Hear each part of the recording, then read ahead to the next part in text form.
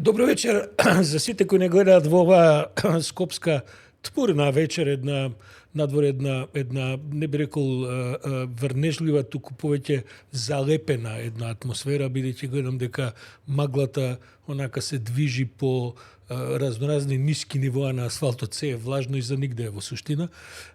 Добро вечер, ова е 17-та епизода на 4-та сезона на Политиканти, со мене Сашо Арнауски во студиото на Инфомакс и со мене Боријан Јовановски, кој не е во студиото на Инфомакс и повторно во Преспа, каде што нема ни магла, прекрасно е, благо, убаво едно време, пријатна една, онака, зима во планина на 1000 метри, каде што е сега можам да излезам без јакна, например.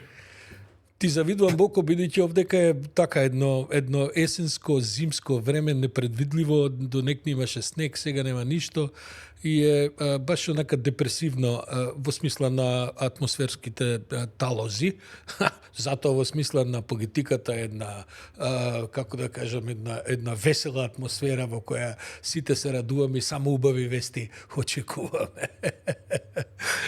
Да. Посебно за 6 месеци. Да, посебно за 6 месеци. Морам да ти раскажам, гледам луѓе се собираат полека, бидејќи малку да причекаме пред да отвориме со неколку главни теми што се договоривме да ги истретираме денеска, повеќето од нив се меѓународни, бидејќи некако и атмосферата во Македонија после Нова година луѓето уште како да не се пробудени од овие празнични атмосфери. Морам да ти кажам денеска што ми се случи, баш една анекдота, мислам дали анекдота или не, тоа ќе проценат и овие што не гледаат. Тргнав да се шишам денеска. Знаеш, да не излегувам со мокра коса, бар да се исушам како што треба. Доаѓам во дуќанот кај што редовно се шишам, што да видам, дуќанот работи од 2 попладне и се работи до 7 навечер. Мислам, господска работа. Ајде, тоа е дебармало, знаеш. Продолжив на 100 метри во една друга уличка, кај што знам дека има и друг бербер. Влегувам таму, вака еден джентлменски, да кажем, салон и така. Дечкото вика, господине, следниот слободен термин ми е тек од среда. Од тука тргнав уште подолго, бидејќи во дебармало има барем едно 5-6 бербери. Доаѓам до следниот дуќан, таму сум 7 наред ако сакам да чекам. И Боко би светнаме што правиме ја и ти и уопште нашиве деца. Абе луѓето со 2 недели курс за бербери, па тоа растураат, пријател.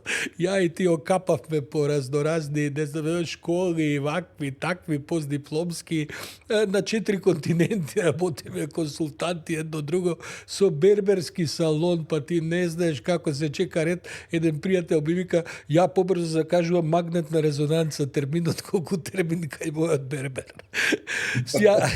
Ти пази, целата инвестиција е веројатно 500 евра за да бидеш бербер, ризикот е 0, нема никаков ризик, осим ако баш ножичкиве не ти се затупавени, па треба да купиш нови и така натаму.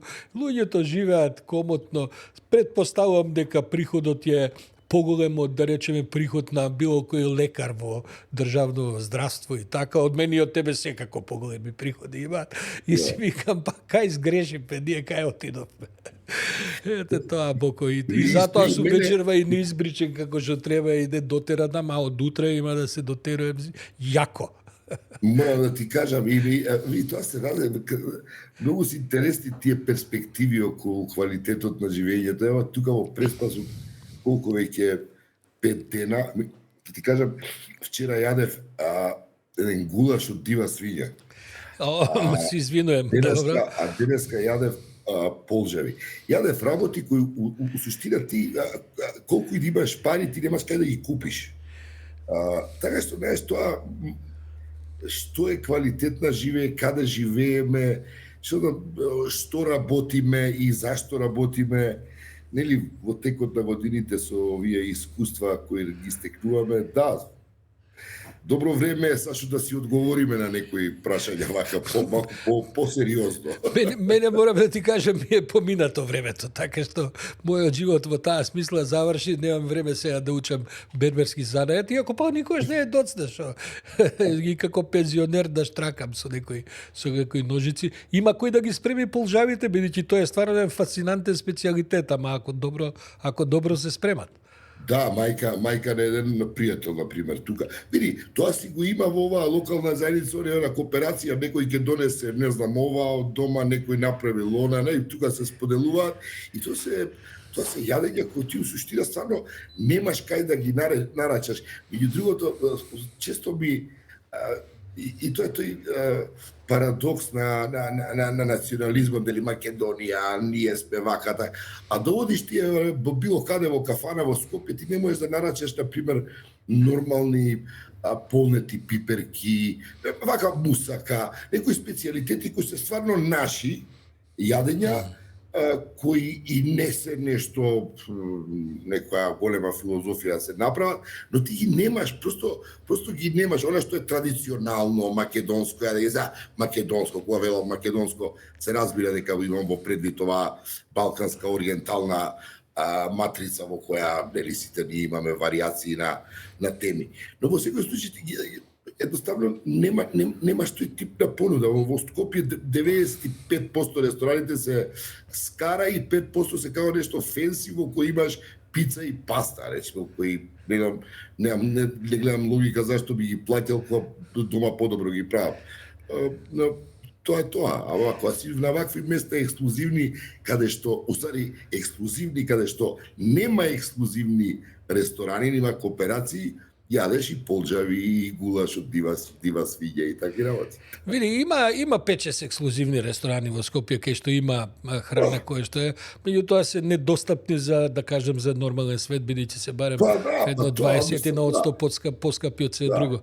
Јас, на пример, со години не можам да најдам добар кинеска храна. Ја многу сакам кинеска храна, меѓутоа нема тој тип на азиска кујна, виетнамска. Сега, кога шетав низ Европа малку и така, каква вечера во виетнамски ресторан сум уживал, како да ти кажам. Следната вечер во кинески ресторан сум уживал.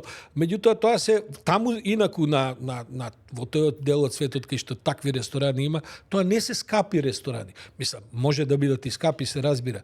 Меѓутоа, таа храна не е недостапна за широк круг на луѓе. Во Македонија, во Скопје имаше такви неколку ресторани. Знаеш, имаше еден арапски, имаше еден индиски, имаше неколку кинески. Ова што се останати кинески ресторани по моловиве и така, тоа е онака една Јас зборувам сешто за кантина. Традиционална македонска храна, нели, цела Македонија, идентитетот и така натаму. Секој ќе видиш, мислам, она на Марта Кос, она изјава тогаш, ја мислам, она немаше ништо зла намера, но во суштина во право, мислам, македонски идентитет, па да, и таа кујна е на крајот од книжната дел од тој идентитет и тоа е нешто што е наше, што би требало да онака го да се фалиме со него, да бидеме горди, што би се рекло, нели, тоа е вака еден императив, мораме да бидеме горди. И си викам, знаеш, барем да си најдеме некакви наративи на кои навистина ќе се гордееме. Има од овие што подготвуваат готова храна, тоа веќе се размножи многу низ Скопје, навистина има овие што се за пакување да ти спакуваат и така, таму има. Види, јас понекогаш земам, бидејќи, знаеш како, не стигнува човек да подготвува сега јадења и така, особено ако немаш за цела тепсија, не може сега мусака да направиш за двајца, мислам, нормално. Има добри кујни кои што нудат готова храна. Меѓутоа, тоа е друго е тоа. Човек сака и некош и да седне во ресторан едноставно, да не мора во кеса да влече готови јадења и така. Бројот на добри ресторани зборам за Скопје, веројатно не е поголем од 7-8 ресторани кои јас и ти ги знаеме и така, во нова што имате за намените се од скара. Мислам, не е лоша ни скарата, ја сакам и скара понекојаш да каснам, ама кога 95% од понудата е се од скара, какви плескавици овакви, онакви, кебапи, колбаси и така, добро, убаво се тоа. Другата понуда е релативно скромна и тоа што има како различна е прилично скапо. Него случај, Сашо, сега Давос го следев, нели, и прва работа на што ми текна е швајцарско фонду, едно да, онака, за тоа завидувам, само што не сум во Давос, инаку онаа каша попара таму што се случува, тоа Овака, приказка за себе. Тоа ќе го разговараме, да. Али во некој добар швајцарски ресторан на фонду швајцарско со големо задоволство био. Искрено ти кажам, јас никогаш не сум бил во Давос, иако го следиме, што знам, 40, ние го следиме 30 на години, постои и многу повеќе од тоа собирање на бизнис и политичката елита во светот после нова година во Давос. Морам да ти кажам дека никогаш не сум го сакал фондуто. Некако ми е така, мислам, можда не сум налетал на добри фондуа. Може и тоа е причината. Сега ти си сепак имаш стажови по Белгија и по ова таму тоа повеќе се служи. Во Македонија не знам дали некој воопшто во ресторани прави тако нешто. Не, ги нема тие сирења, ги немаме. Сирењата си има гриерот на пример и тие некои швајцарски крави оние што се со специфик ги нема и ретко се доаѓа и не во сите ресторани има фонду како што треба да има, нели? Да. Кебапот не е секаде исто кебап. Од тоа што инаку следам и морам да ти кажам дека прилично сати одгледав програмот Давос, бидејќи па сега сме дојдени у Давос за тие што не го следате, еден настан на кој што има осте главните говори што се централните теми се разбира во големата сала таму и така натаму. Има секојдневно барем уште 15-20 други настани, дебати на различни нивоа, вон официјални контексти. Годинава имаше сигурно едно 15-20 подкастери кои што прават подкасти со разни гости, може и повеќе ја од тоа што закачувам како некаква содржина по интернет. Меѓутоа со јутјубериве и со оваа нагласена сега можност веќе со телефонот да правиш содржини, мислам дека Давос преплави оваа година. И нашиве Рори и Алистер беа таму во шок и неверување нормално од тоа што го слушаа, ги слушав вчера вечер, имаа специјално издание. Да, јас да ти кажем право, нормално го одгледав Трамп, бидејќи тоа е сепак главниот настан кој што беше и сите тоа го очекува и така натаму, ќе го коментираме. Морам да ти кажем дека уште два говори ми оставија многу силен впечаток и мислам дека влегуваат во историјата. Тие ќе се цитираат. Едниот е, како што знаеш, говорот на канадскиот премиер Марк Карни, кој што одржа говор кој што ќе се цитира уште многу години, како, знаеш, бидејќи Минхенската конференција безбедносна каде што сме биле и ова Давос се два настани каде што така отприлика се собираат сите за да кажат важни работи. Значи Марк Карни даде еден говор кој што е направи за 20 на минути, кажа историски работи многу повеќе од колку ќе се навратиме на Трамп и многу ми остави силен впечаток говорот на Зеленски. Не знам дали имаше прилика да го одгледаш и тој беше 20 на минути. Таму се инаку така говорите, освен нормално Трамп која настапи со говорот 90 минути. Бидејќи него не може да го прекине, не му каже ало председател, ви истече времето. Сите после тие говори има и мала дискусија, ама тоа мала дискусија 10 на 15 минути. Тие два говори ми оставија исклучително голем впечаток и мислам дека можеме и да ги прокоментираме, не знам дали имаше прилика да ги гледаш. Да, говорот на канадскиот премиер, тоа мислам дека тоа ќе оди вака оди во аналина историја и вака ќе се учи тој говор со оглед на времето посебно поради контекстот геополитички во кое тоа се кажано и да, по реакциите, јас баш на Твитер пратев по реакциите, особено на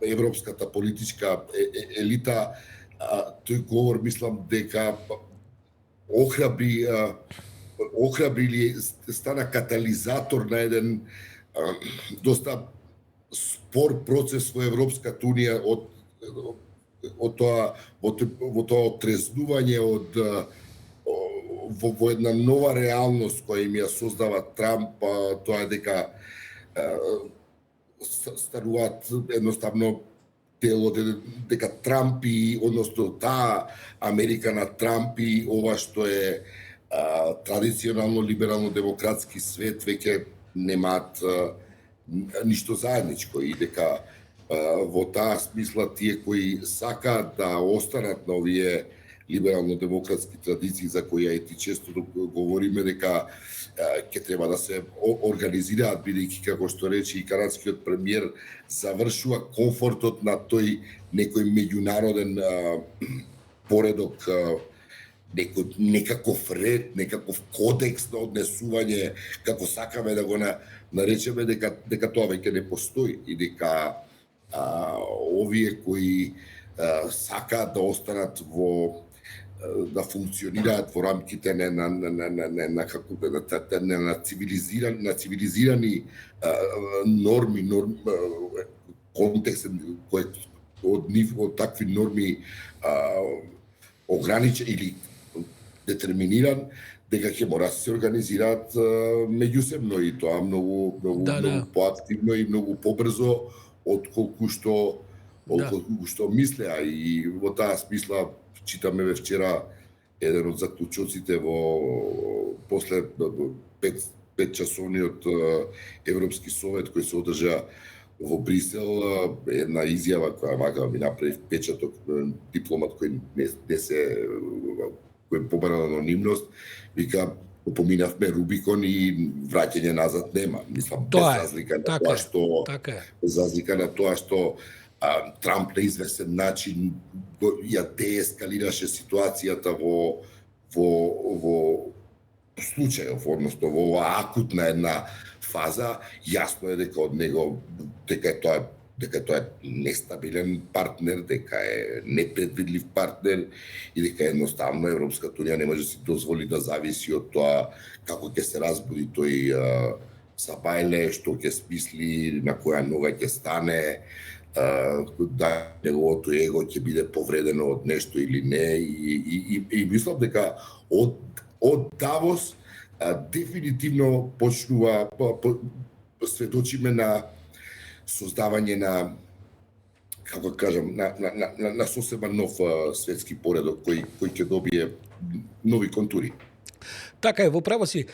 Види, Марк Карни, канадскиот премиер, првите 10 минути ги потроши во диагноза на состојбата. А тоа е овој распад на мултилатерализмот ваков како што го знаеме во последните 80 години со една брилјантна анализа. Инаку говорот сам го пишувал тоа, неговите советници го кажува, и он е еден феномен, човек кој прво е исклучително многу образован, исклучително паметен, меѓутоа и феноменален говорник. Значи, кај него не можеш да почувствуваш никаква ескалација во тонот и така натаму, дури и кога се спротиставува на да кажем, на легендарни типови како Трамп и така. Неговата теза е дека носталгијата повеќе не е стратегија. Значи, тоа што ние ќе жалиме за тоа како бил убав светот или не бил убав светот, таа приказна е завршена, ова што и ти го кажуваш, и што конечно. И потоа еден повик до така наречените средни сили. Значи, он не говори за големите сили, кои што си го делат светот така како што со доаѓањето од Трамп, како што они самите се договараат, туку повик до средните сили, особено Европската унија, во која Канада се повеќе ги гледа своите линии на соработка, која инаку да ги подсетиме гледачеве што да гледаат, Европската унија заедно, особено со Канада, да не зборам сега тука ако се додаде Јапан, Австралија и така натаму, е во суштина поголема по економија, они само по воени издатоци не се поголеми, но по население, по економија, по тие клучни потенцијали се многу поголеми и се разбира не стигнуваат да фатат доволно брз приклучок кон овие виртуелни интелигенции и така натаму, кои сепак од 10 најголеми фирми, веројатно 7-8 се уште на Соединетите Американски држави. Меѓутоа, Карни отворено повика дека мора да се направи една нова, брза, без губење време стратегија, каде што потенцијалите кои што се огромни во Европа мора да се активираат. Во таа смисла, ако ми дозволи само 3-4 збора и на Зеленски говорат. Зеленски настапи со еден импресивен говор во кој што освен што се заблагодари на сите кои помагаат за Украина, ги прозва буквално сите кои помагаат недоволно за Украина да може успешно да заврши оваа трагедија која наскоро влегува во 5-та година во конфликтот со Русија. И онака и вика добро ни дадовте оружје, ама не ни дадовте ова. Ни ветивте ова, ама не ни доставува. Мислам навистина сите тие говори се достапни, негови одговори 5, 16, 20 на минути. Сите што сакаат од овие што не гледаат можат да ги погледаат. Двата говори завршија со standing ovations, мислам, стана целата публика да аплаудира, за разлика кај Трамп каде што аплаудира само америчката делегација. Додуше тие се десетици. Тоа не е само америчката делегација на Трамп, таму се сенатори, конгресмени, гувернери и така натаму кои што се присутни и од Америка дојдени специјално за овие пригоди. За говорот на Трамп практично 2/3 од луѓето што сакаат да влезат во салата беа оневозможени, бидејќи немаше место. Тоа е огромна една гужва, па се гледаше по кафеани, по лобија, по се тоа таму што е обезбедено околу самите главни настани. А говорот на Трамп се разбира кој што привлече најголемо внимание и беше очекуван најмногу од се и така натаму. Морам да кажам, Трамп не разочара. Трамп изговори толку многу глупости и лаги кои што ја оставија публиката овој пат потполно задоволна, бидејќи од Трамп не може ништо друго ни да се очекува. Значи една огромна омраза кон Европската унија и морам да ти кажам дека и воопшто кон Европа. Јас не знам, сме го разговарале тоа и претходно во разни прилики. Јас мислам дека Трамп ништо специјално не ја мрази Европа и Европската унија повеќе, отколку што ги мрази принципите на европската демократија кои функционираат и во Америка. Значи Трамп мрази процеси, Трамп мрази демократија, Трамп мрази одговорност, антикорупција, Трамп мрази сето тоа што го прави во самата Америка, значи гази се што може да компликувани компромиси, како да кажем, договарање, нема поим од ништо од историја, се разбира и така натаму.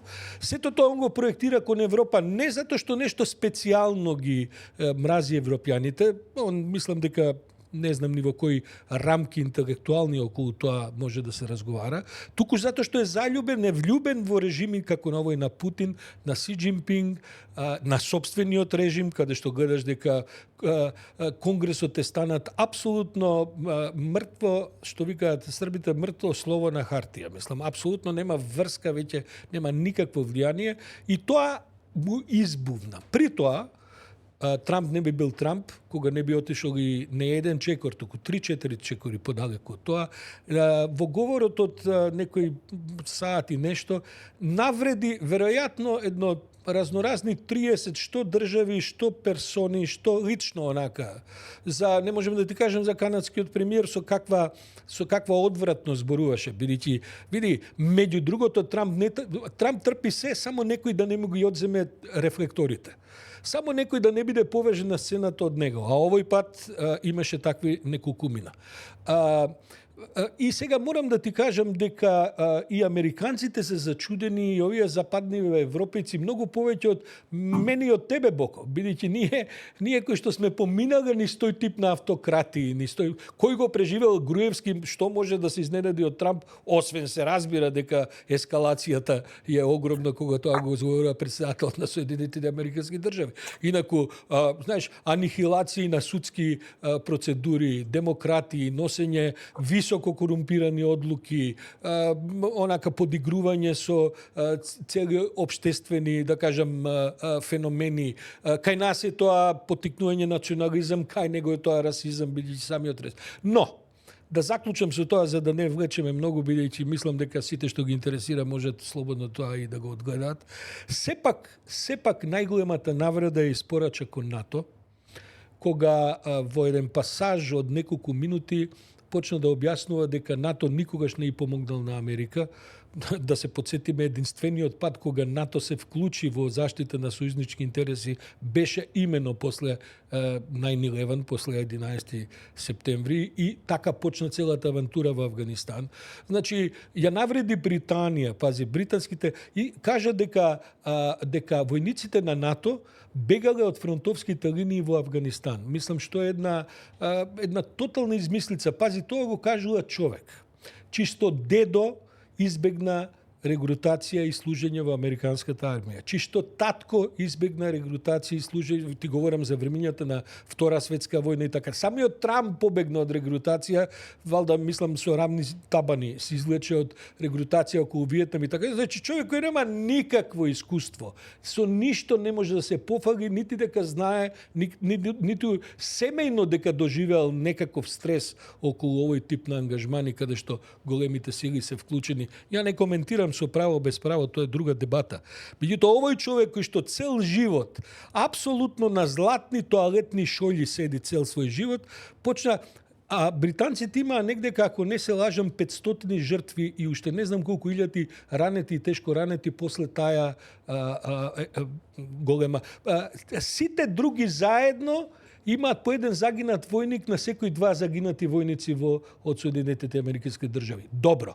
Тоа не е оваа кланица која Путин ја применува на собствените војници. Мислам, таму сепак загинаа се заедно десетина илјади луѓе за 20 години водење разни војни. Путин му гинат 10.000 луѓе неделно. А понекош има лоши денови каде што и дневно гинат по 10.000.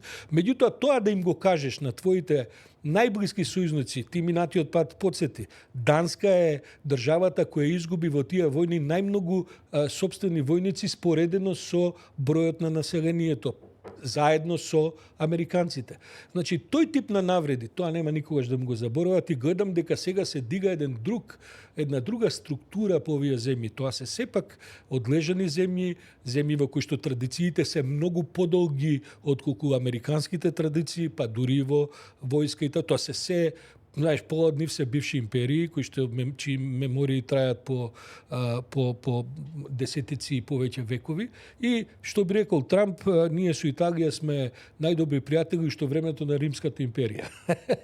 Да, како да кажеме, тоа е. Види, ја имам, му сече. Ти овој пат може ја поостар да бидам во однос на таа омраза, она и повторно сме го зборувале, тоа она има една патологија во неа, еден комплекс на инфериорност, бидејќи он е свесен дека он не може, просто не припаѓа. Знаеш, тоа е како овие мафијашите Нуво Рише од Русија, која се појавија по Европа, најднаш они сакаат да имаат.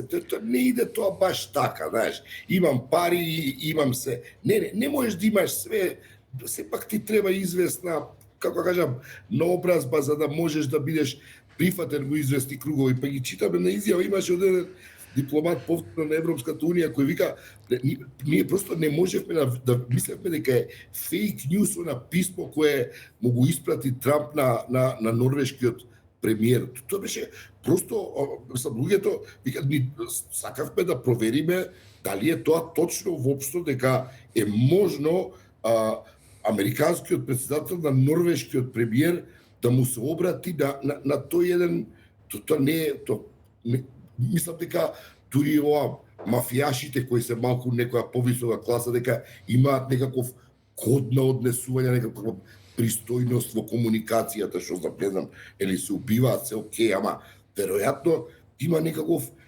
кодекс на однесување. Она писмо на кога ќе го прочиташ, што он му го упатува на норвежанец, вика, не ми ја дадовте вие мене Новеловата награда, мене сега нема што да би интересира мирот. Тоа да речеш дека е инфантилно, тешко, не знам дали не ќе го собере тоа, но дека содржи индици како кажа, симптоми на тој тип на патолошки комплекс на пониска вредност, тоа е тоа однесување на тој тип на луѓе. Но види, Сашо, на крајот краиштата, еве добро, после сите реакции гледам стварно на Европскиот совет кој се одржа вчера вечер, апсолутно, барем за тоа е постигнат консензус. Орбан таму више веќе никој него ни есапи и затоа се велат дека постои консензус за тоа дека после оваа епизода апсолутно Европа треба да биде подготвена, дека и дури има изјави од типот дека Вашингтон станува може би поголем непријател од тоа што Европа го има сметано, например, Пекинг. И сега стварно влегуваме во една лично драматична ситуација, но може би, пак ќе кажам, секој е добро за лошо, прави една нова динамика, нова енергија во кохезијата на Европа и ова приближување на Велика Британија, Канада, па и Австралија, дури мислам и Јапан кон Европската унија. И види, мора да го споменам и тоа, многу е важно да се каже, а при тоа јавност и кај нас да го знае, Европската унија го склучи пред само 10 дена Меркосур договорот со Јужна Америка, кој овозможува слободна трговија меѓу двата континента, така што тој слободен пазар на Европската унија, на потенцијалите на пазарот доаѓа веќе до 700 и нешто милиони. Така што тоа е една сепак моќна да Трамп може да биде колку сака богат и да, точно е да има најголемата армија во светот, но Европа едноставно тешко дека ќе може да се подсели, така што види, тоа е повторно парадоксот на сите националисти, така што би Хитлер така ја почнува приказката дека Германија ќе биде главна во светот и точка, и сега така ќе биде, за да на крај заврши така како што заврши, бедно, практично поделена од големите сили, понижена, навредена и така натаму. Така што тоа на крајот со огромни штети по светот се разбира. Така е. Види, морам да мислам нормално, мора да спомнеме дека настапот на Трамп имаше една целосна позитивна пресвртна нота, бидејќи се откаже од воено за земење на Гренланд. И некој види, некој луѓе, Иван Крастев го гледав на некој од овие подкасти, така даде неколку брилијантни тези, вика, Трамп кога би работел во Холивуд, Трамп само би снимал трейлери, не би снимал филмови. Бидејќи он има толку капацитет на концентрација, на интерес да, онака, знаеш, Гренланд, ти гледаш дека веќе никој ништо не збори за Венецуела. Венецуела беше глава, како да се случила пред 30 години. Главна тема беше пред 10 дена. Истото со Гренланд. Дојде таму, ги изнавреди сите, рече, добро, сепак нема воено да го заземам Гренланд. И второ, види, она што цело време го говорам, барем јас, и ти, а мислам и се повеќе други и така, Трамп спаѓа. Он е заинтересиран само за собствените настапи, он е толку свртен кон себе, нарцисоид со разноразни епитети кои може да се додадат. Каков нарцисоизам е тоа, мислам тоа го кажуваат веќе сите светски експерти и така натаму. Тој припаѓа на оние луѓе кои што би сакале да го одржат главниот говори на собствениот погреб. Тоа е Доналд Трамп. Ако може он да на собствениот погреб да држи едно 90 минути говор, да ги изнавреди сите кои што дошле да го погребат. Но, за Гренланд морам да ти кажам нешто што сепак дава една друга мала светлина сето тоа. Нормално има цела една, може и повеќето аналитичари никогаш и не мислеа дека Америка сериозно се подготвува за воена операција на Гренланд, иако таа прочуена 11-та дивизија која што се состои од некои 2-13 000 војници, која е единствената американска тоа се паратрупери, овие што се падобранци така натаму, кои се обучени за арктички услови, водење војна и така натаму. Таја ја стави он во подготвеност за да го зголеми притисокот. Бидејќи Трамп така функционира.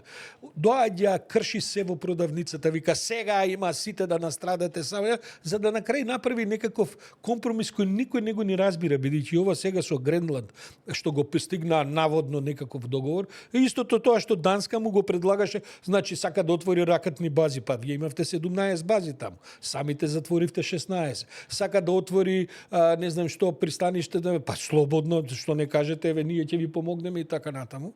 Но има една друга линија која што исто така треба да се знае. Според последните мерења пред настапот на Трамп во Давос, само 14% од американците беа на страната на тоа дека Гренланд треба да и припадне на Америка, на Соединетите Американски држави, и само 5% поддржуваа воена операција за тоа да се спроведе. Значи, тоа е една таква еден масивен отпор со сите други масивни отпори што ги доживува Трамп во сопствената држава, во сопствената федерација, и конечно прострои една, не знам дали си ја слушнал, но прострои една прилично веродостојно втемелена, да кажем, информација која никогаш нема да се потврди, освен во некои мемуари што може би ќе излезат за 10 години, дека целата командна структура, практично целата на американската армија, целиот генералштаб начело со шефот на генералштабот се заканиле со оставки доколку добијат наредба да го нападнат Гренланд. И мислам дека тоа на крајот од краиштата сепак и кај овој, јас минатиот пат отворен го реков, човекот е будала. И кај него тоа на крај, бидејќи види, сепак влегува оваа изборна година за Америка, се бира практично целиот нов состав на Конгресот, можда и во Сенатот ќе се сменат ситуациите, и не може да ризикува толку голем отпор да оди против тоа, бидејќи он кога сега, по сите проценки има да се слупа на овие избори републиканската партија без кочење, потоа он завршува со председателскиот мандат, меѓутоа од тука натаму Конгресот почнува да се занимава само со него.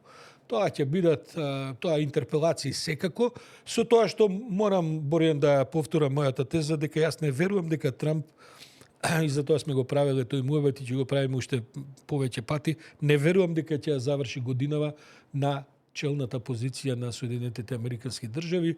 Здравието не му е добро, огромен е отпорот. Ова што го прави АИС, не знам нашава публика колку следи што се случува со антиимигрантската политика. Не во смисла на тоа дека американците не поддржуваат решавање на илегалните имигранти. Туку начинот на кој тоа го прават оваа специјална полиција за лова имигранти, не знам овдека дали доволно се покри настанот со убиството на несреќна мајка со 4 куршуми директно во лицето ги испука агентот на АИС, бидејќи се посомневал дека таја нешто со автомобилот ќе тргнала код него и така натаму. Тоа има неверојатно лоши реперкусии, дури и самиот Трамп почнува, кој што прво застана комплетно зад полицајецов, односно тие не се ни полицајци, тие се агенти на АИС, сега веќе почнуваат да чекај сега, може претера, може не требаше и така натаму. Така што се менува целата таа атмосфера, и мислам дека во крајна линија тоа ќе донесе и до промена, и не до промена, до ограничување на начинот на кој што владее Трамп. Само да ти кажам, да речеме, дека за време на говорот на неговиот, бидејќи нели велиме, има таму разноразни дебати, не е само главната дебата во главната сала. Лутник, неговиот министер за финансии, за време кој што лажеше, кој што, мислам, пошто овие чек-фекери, овие, како се кажат, факт-чекери, не чек-фекери, факт-чекери, овие што проведуваат, па тоа лажат, растураат од лажење. Тоа се такви едни, знаеш како, има факти, има алтернативни факти, они само алтернативните. Кристин Лагард го напушти говорот. Стана и демонстративно после 15-20 минути излезе од салата. Што се смета за навистина поважна вест од овој лутник што го збореше, а зборуваше се и се што ќе му паднеш на памет. Затоа ти кажам, добре, мислам, дојде ставена е црвена црта една од која очигледно веќе овој либерално-демократски свет не сака да ја минуваат и да влегува во компромиси со Трамп, во кој и не знае на што е. И во таа смисла, види, овој договор кој околу Гренланд, прво, се уште не е тоа јасно што е тој договор. Има 4 точки наводно. Меѓу другото, е навистина навредливо, и тоа била вчера една од темите на Европскиот Совет, навистина една вледливо, он прави договор со генералниот секретар на НАТО и при тоа не ја покануваат премиерката на Данска, за чија територија станува збор. Мислам, просто неверојатно. Јас вака кога гледам, им се одушевувам на ладнокрвноста, на смиреноста на овие западни лидери, како особено како што е данската премиерка, онака како што е канадскиот премиер, кој исто така во неколку навреди беше изнавреден од Трамп со она порежување дека нели Канада ќе стане дел од Америка, од Федерацијата, нели 51 држава. Просто онака. И знаеш како, и тоа ме подсетува на нас кои така се жестиме за банални работи. Така спремни сме очите, ај меѓу себе да се извадиме со цел свет да се искараме. При тоа не гледајќи со какви проблеми се соочуваат некои држави. Например, стварно замисли сега утре да седне на маса Трамп со Руте и се за Македонија да разговараат дали Криволак и Источна Македонија ќе го земе Трамп затоа што не знам стратешки мисли дека не знам што ќе се случува таму и или еве Алшар, рудници, некои минерали. Замисли што би се случувало тогаш. Или па добро, па веројатно во тој случај ќе проработи онаа сервилност кон Сада, тоа се нашите стратешки партнери, тоа нема проблем, нели тоа. Ти додека зборуваш, јас ги читам и збунец во таа смисла. И види, пак ќе ти кажам Сашо, тоа со некако и не е баш завршена таа работа. Сабајлево на работа доручек беше канадската, односно данската премиерка беше на работа доручек со Руте како генерален секретар во Брисел, во седиштето на НАТО, за да поразговара и за да добие малку подетални објаснувања околу тоа што тоа они се договориле дека е се окей во однос на Гренланд, во однос на една огромна територија која е суверено данска, мислам, барем и по расположението на оние луѓе кои живеат на Гренланд. Така што види, морам да кажам дека имаме уште да се научи од овие епизоди. Ова се сепак епизоди кои ќе останат забележани во историјата. Да, види, ова е пресвртница рамна на, не знам, 1989 година. Ова е пресвртница рамна на Втората светска војна, значи кога се менуваат работите. Неспорно е тоа дека оваа година и минатата ќе бидат во историска смисла многу важни години, ќе видиме каде тоа се ќе се развие. Морам да ти кажам дека го одгледав и Марк Руте во разговор со, значи генералниот секретар на НАТО во разговор со Трамп. Марк Руте на еден воздржан начин му одржа лекција на Трамп околу лојалноста на европските сојузници со бројки, со датуми. Трамп нема појма нормално, нити го интересира. Онака гледаше блентаво во него, може да и му се приспа на човекот. Знаеш дека задремува на секоја кривина и така, но му е одржа таа лекција и мислам дека и тоа ќе остане вака забележено. А што се однесува до бидејќи ги читам и коментарите на луѓе кои што во чет не коментираат, ние имавме како Македонија значаен настап во Давос, бидејќи кој знае колкава, ние и не знаеме колкава делегација замена таму, но таа колкава и да е делегацијата ја предводеше господинот Мицковски, за кој не дознавме ништо за значајниот настап, бидејќи јас не сретнав можеби некој што детално следел и така, никаква важна средба се најавува, не знам, средби со инвеститори, со ова, со она, ништо важно тоа не видов. Давос е инаку место за тие што тоа не го следат. Јас повторам, баш во Давос не сум бил. Можда една сум поминувал пред многу години тоа, иначе една селендра, нема врска тоа, мислам селендра не е, тоа е убаво мало градче, ама нема капацитет на Обединените нации. Тоа е ексклузивен ресор. Да, ама сакам да кажам, нема капацитет на Обединените нации за толкав огромен интерес и така. Тоа е место секоја година каде што на вистина доаѓаат на страна ова, сега ние збориме за политичари и така натаму, доаѓаат клучните, да кажам, 500 до 1000 луѓе во светската економија. Значи, да не кажам дека Елон Маск имаше свој настап, да не кажам дека такви како него уште десетина. Најголемите инвестициски фондови представени, најголемите банки, најголемите светски корпорации на највисоко ниво и буквално се ловат по ходници. Има таму на маргините не знам колку стотици состаноци се држат за тоа кој кого ќе го фати за гуша за да или да му даде пари или да му измакне пари. Така што тоа е тој вид на настан, тоа се случува како наводно на маргините, но суштината на средбите во Давос е токму тоа. Сега, нашиве што направи оваа делегација, не знам дали се вратија, може да се уште таму. Знаеме сигурно дека немале пристап до најважните настани, бидејќи тоа е практично невозможно, ние сме мала небитна земја и така. Мицкоски даваше некакви, гледав една-две снимки од него изјави од некоја снежна улица пред некои кафеани и хотелчиња во еден поширок круг околу самите централни места во Давос. Но јас нити слушнав, нити прочитав, не дека може би е мој пропуст, не знам, може некој да ме исправи, дека каков било важен настап сме имале таму, освен што нели ова стандардна тема дека вложувањето во енергетиката и во енергијата е најважната линија на развој на македонската економија.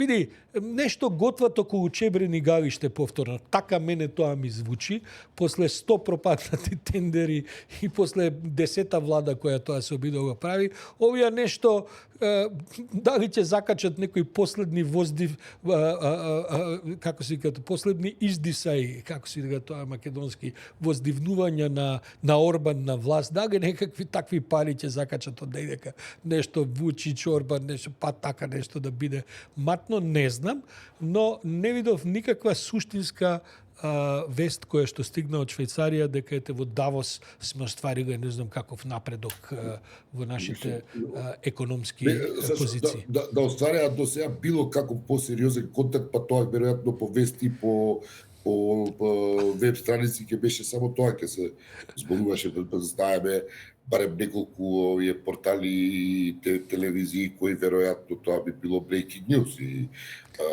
не знам дали имаше таму македонски новинари, Боко. Не знам дали слушна ти дали некој македонски новинари. Не, Сашо, знаеш добро дека има многу медии кои едноставно нема потреба да праќаат репортери затоа што им праќаат од таму тоа што да кажат, со се слики, со се видеа, со се така што веројатно овој шефот на кабинет или шефот на пиарот е тој што е македонскиот новинар. Овој пат немаат очигледно нема нешто што да пратат. Види, знаеш што, сакам да се задржам, поратаму ќе продолжиме приказката на Балканот. Вчера на една од темите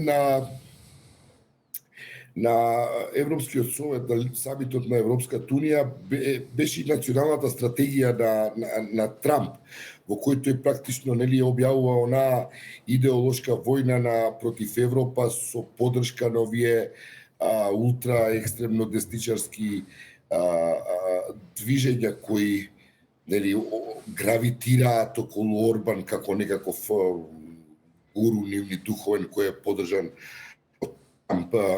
И тоа не е случајно што тоа се прави, затоа што по овие заклучоци дека едноставно Трамп веќе повеќе треба да се гледа како непријател отколку што стратешки партнер, веќе ќе мора да се размислува за различни механизми кои би ги превенирале ефектите од реализацијата на неговата национална стратегија, во која, меѓу другото, како што реков, е содржана и таа објава за идеолошка војна против Европа.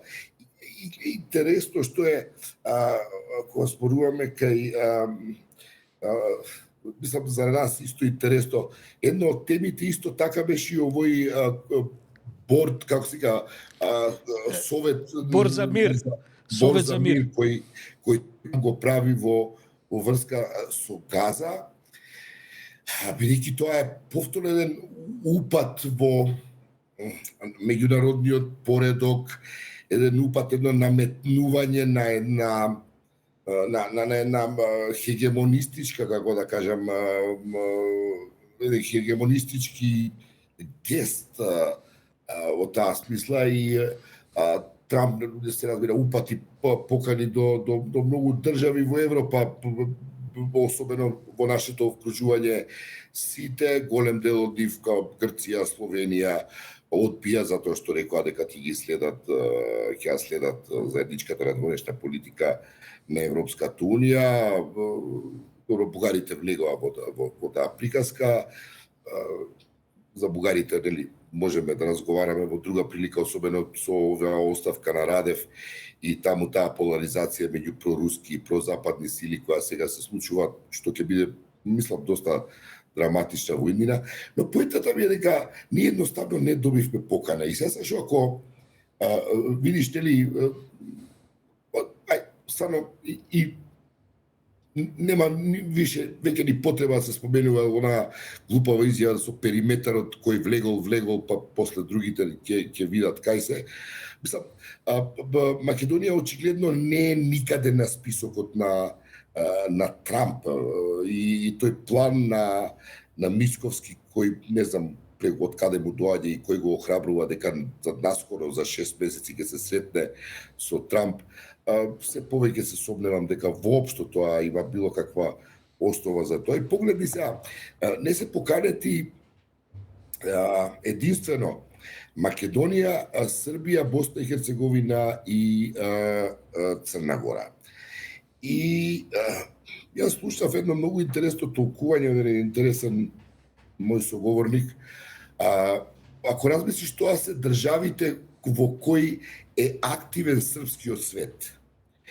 И интересно колку е да постои оваа конфронтација на Соединетите американски држави во однос на Европа, тоа не подразбира дека автоматски оваа администрација на Трамп со се Гренел и така натаму, кој ја охрабрува в Србија да оди по патот на Америка, а не по патот на Европа, дека ја потржува варијантата на српскиот свет и концептот воопшто на српскиот свет. И тука стварно би требало од тоа заслужува една не ја и ти да зборуваме, ја и ти можеме се да чешаме јазик колку сакаме, но заслужува една многу поширока, потемелна јавна дебата во Македонија. Бидејќи во меѓувреме, не знам дали ја слушате и веста дека Лавров имал разговори со американската администрација во однос на Балканот. И сега, знаеш, малку тука не е јасно каде припаѓаме ние 4 држави кои овој пат не сме поканети од Трамп. Европска унија веќе не смета за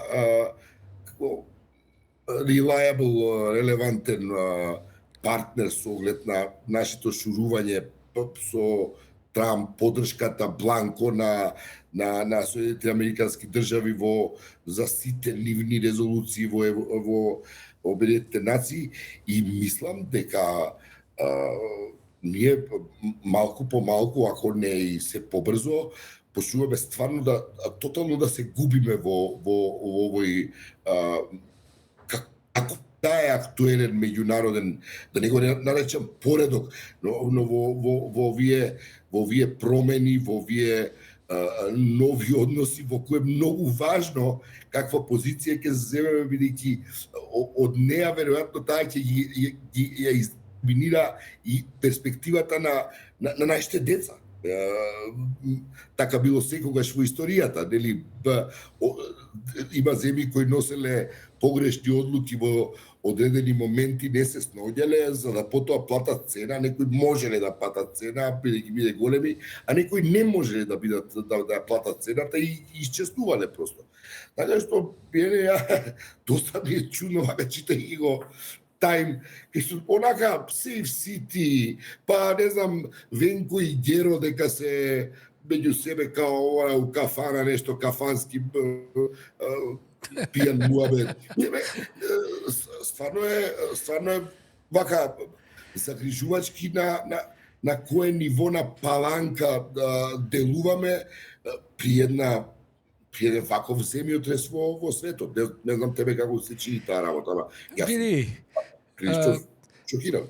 Фјодор Михајловиќ не прашува дали светот оди кон соработка или кон трајна глобална поделба и кој ќе ја плати цената. Морам да ти кажам дека 2026 година, за која и јас и ти се согласивме дека ќе биде клучна година, една од годините онака разделници во европската историја, па и во светската историја, нема да го поштеди ни Балканот.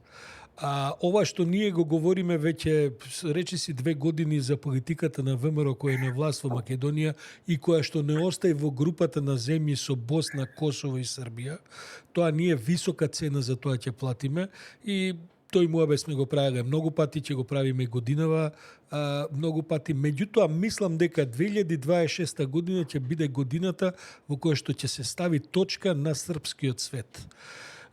Оваа мобилизација што се случува во Европа има и балкански реперкусии и тие може да се прочитаат и да се видат. Не сме ние главната тема, се разбира, меѓутоа е една мобилизација континентална. Второ, мислам дека Трамп е веќе влезен во фаза кога годинава ќе престане да се интересира за ништо друго освен за некакви собствени важни теми, а тоа е уште колку пари ќе украде и како ќе провоцира секој ден по некоја нова тема, за да се заборави главната тема, а тоа е огромниот педофилски скандал со Епстин, во кој тој е влезен до гуша и сега нели се прави се што треба, ако и треба и војна на Гренланд ќе прогласиме само за да тоа не се дискутира во Америка. Но сакам да кажам дека нашава влада влегува со многу слаби позиции во репрограмирањето, во репозиционирањето на светот и на европскиот континент. Значи, годинава ќе влеземе во 5-та година од украинско-рускиот конфликт. Таа една ужасна агресија која што Русија ја приреди на Украина со последици огромни, особено за Европа, но и за целиот свет. Мислам дека повеќе од оваа година нема да има сили ни Русија, а ни Украина да ја продолжи војната. Ќе видиме на кој начин тоа ќе се заврши таму.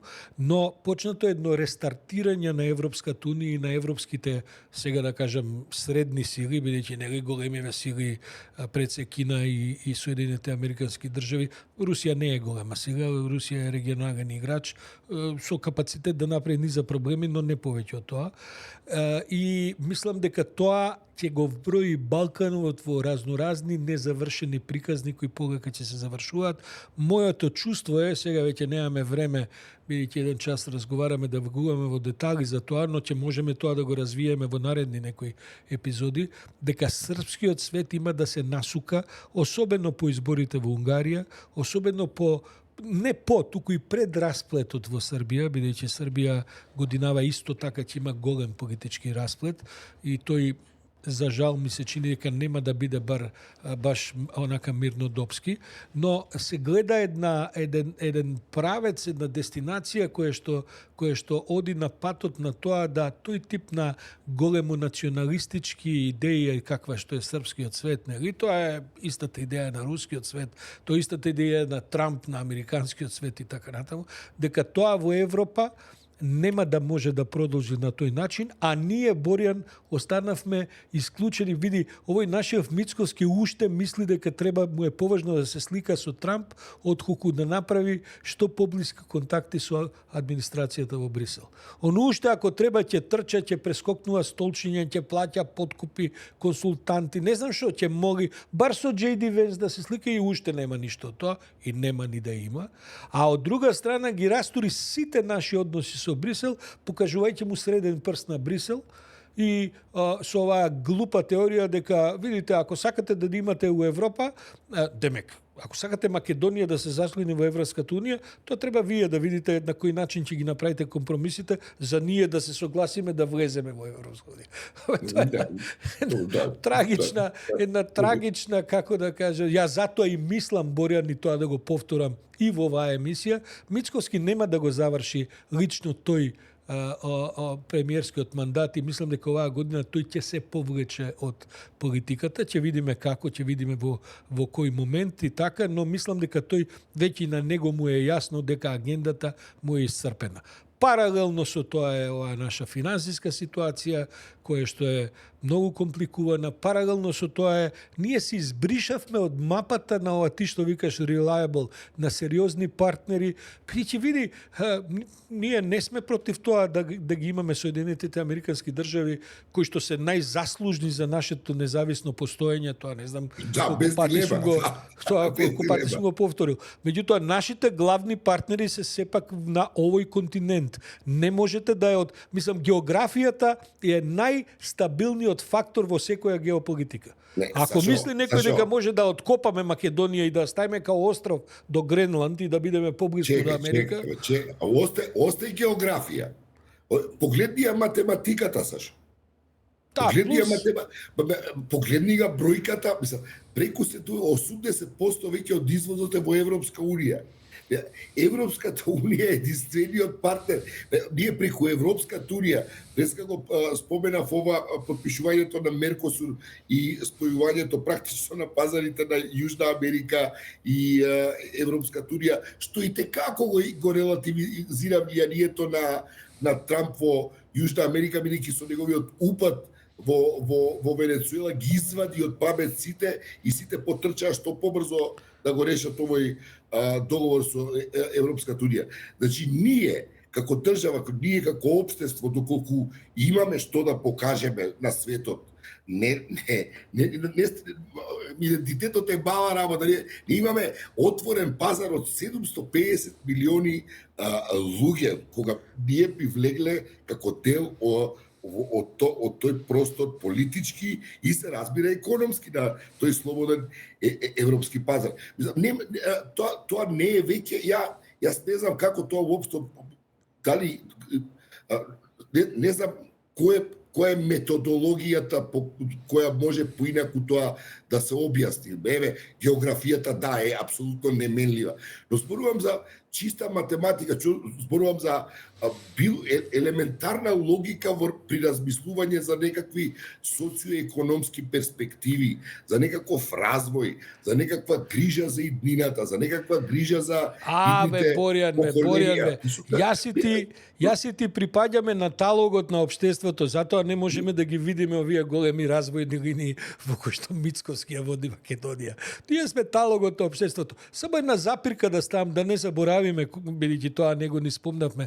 Види како на кој монструозен начин Трамп ги изневери луѓето што демонстрираа во Иран, при тоа без никој да го повика, рече продолжете со демонстрации, помошта доаѓа. А загинатите цивили во Иран се веројатно меѓу 5 и 20 илјади луѓе, тоа се таа проценка, не знам кој ќе има и кога ќе биде точно и така натаму. Меѓутоа ги изневери, ги остави луѓето онака да се исцедат во судир со оној теократски ужасен режим во Техеран. Прашање е тоа како ќе се решава, можда некого и ќе гаѓа со некакви ракети ако воопшто до тоа дојде, или нешто ќе се договара за некакви. Меѓутоа тоа е уште една епизода во која што овој тип на, знаеш како, Венецуела, Гренланд, Техеран, ова, она, Трамп секој ден измислува по некоја глупост кои имаат последици.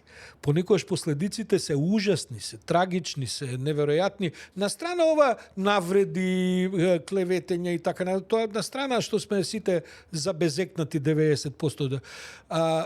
Така што, Боријан, тоа кога ќе го земеш и која ќе земеш оваја спора Европска Унија, која што сепак е предадена на интересите на демократијата, дури не мора да се либерално-демократски, таму има и многу конзервативни режими, меѓутоа сепак се предадени на тоа дека мора да има одговорност во политиката, дека мора да има процеси кои што се водат јасно, јавно, предвидливо, со консеквенции кои што ќе бидат во корист на граѓаните, а не наспроти тоа. Ние излеговме од тој свет по избор на сегашната власт.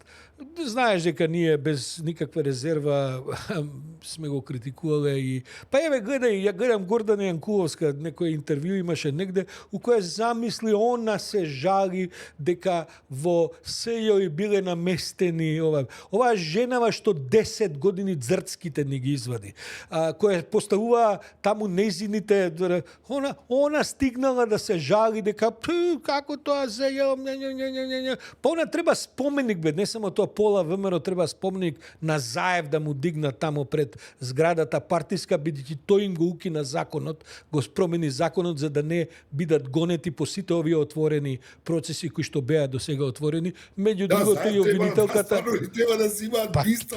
Бистото треба да се поклонуваат апсолутно. Секој ден да идат таму и да викаат браво Заев, фала ти. Тоа што говори за Заев се разбира друго прашање, фала Богу и за овој Филипче. тоа исто така тој тандем исто така говори многу, но од друга страна имаш, види, јас гледам една друга ситуација, еве и тоа во последниве минути го прокоментирам. Гледам Ленче Ристовска, обвинителката. Види, жената влегува во еден принципиелен, максимално професионален, види, голем ризик да се спротистави таа денеска или вчера најави тужба против ВМРО ДПМН точно за предметите Тагре. Тоа е за тоа како е финансирана ВМРО, најбогатата партија во Европа, кој ќе направиш и апсолутни и релативни споредби. Жената влегува во една битка која што е крајно принципиелна, која што е крајно професионална, види, без никој да ја поддржи. Ти мислиш дека Сдруженијето на обвинители нешто кажа? Мислиш дека јавноста онака ја одбележуваат како вест во тикерите? Мислиш дека правнава јавност, ова стручњациве кои што ги гледаме на разноразни, на лотарија, на разноразни списоци за месечни исплати, мислиш дека некој од нив се јави да ја поддржи? Овдека се уште е сведено на овој тип на лични реакции на луѓе сепак со висок личен и професионален интегритет. Јас мислам дека види, да ти кажам нешто, зошто пак сум оптимист. Види, ние сме една млада држава, да се разбереме. Треба време, но тој процес е почнат. Луѓе со интегритет, тоа е единствениот начин работите да се сменат. И ова што го прави Ленче Ристовска. Мислам дека такви појави ќе гледаме и се почесто. Но тоа ќе биде тоа што ќе го смени системот. Не некакви избори на кои ќе победи ВМРО или СДС. Мислам, време е да сватат луѓето дека нема Deus ex machina и дека ни ВМРО ни СДС, ама апсолутно немаат веќе никакви перформанси или никаква релевантност или никакви капацитети да они сами така во тој тип на затворени кругови успеат да направат нешто што Македонија бија навистина повлекло од ова едно бунило во кое живееме 35 години. И ова сакав да кажам пред малку кога зборувавме за говорот на канадскиот премиер. Тоа би требало, например, секој професор кој здраво разумски би требало во понеделник сега во школа да проба со децата да разговара за тој говор. Тој говор ќе се учи. Овие примери какви што ги дава Ленче Ристевска сме имали во минатото и по тој тип и демонстрации на личен интегритет и професионален. Тоа се работите кои се циглите кои една по друга ја прават државата, а не некакви, што знам, ќе дојде овој, ќе дојде ој, и он ќе реши ништо, ќе ги смести своите лепачи на плакати лево десно, ќе им даде плати, лотарија ќе им даде хонорари на тие што немаат, еве ко овој случај, патем изненаден сум што стварно никој од медиумите речиси не забележав дека го регистрира тој скандал пар екселанс, но да завршиме во една тој позитивен. Ова со Ленче е стварно пример кој верувам дека ќе пробива, сашо се подлабоко и пошироко во опсег. На крај сакам да ти кажам, знаеш, околу тие измислени непријателства, исполитизирани, мотивирани од дневната политика, таа омраза која се создава меѓу албанците и македонците, која од нигде, никаде се разбира, затоа што традицијата кажува нешто многу друго. Мене ме импресионираше лично овој настан во манастирот Бигорски, и валда му е вака на одецот Партени, на кој ова